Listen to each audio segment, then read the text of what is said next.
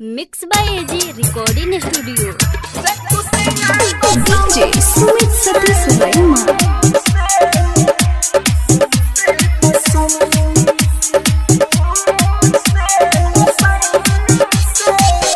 कसम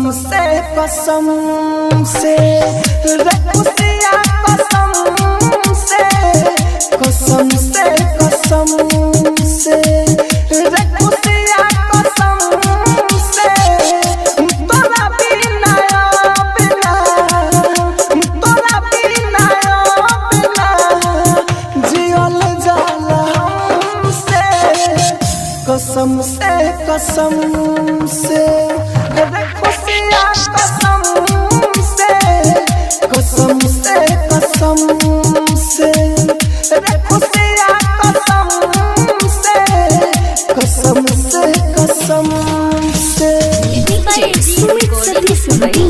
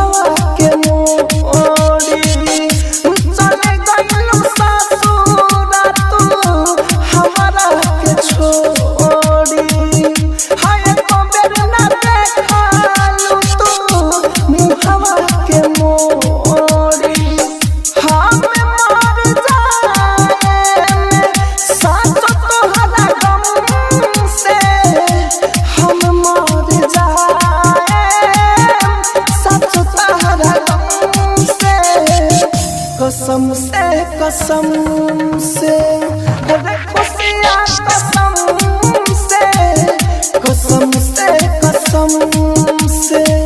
रे खुशिया कसम से रे खुशिया कसम से डीजे सुमित सतीश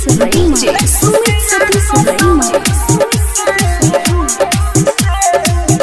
आप सुन रहे हैं एजी एंटरटेनमेंट की धमाकेदार प्रस्तुति।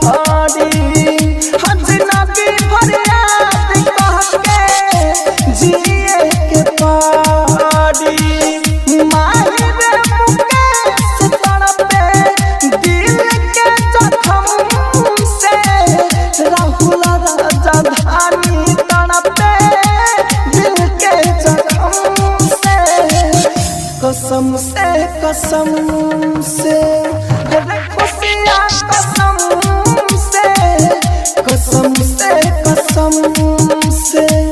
रे खुशिया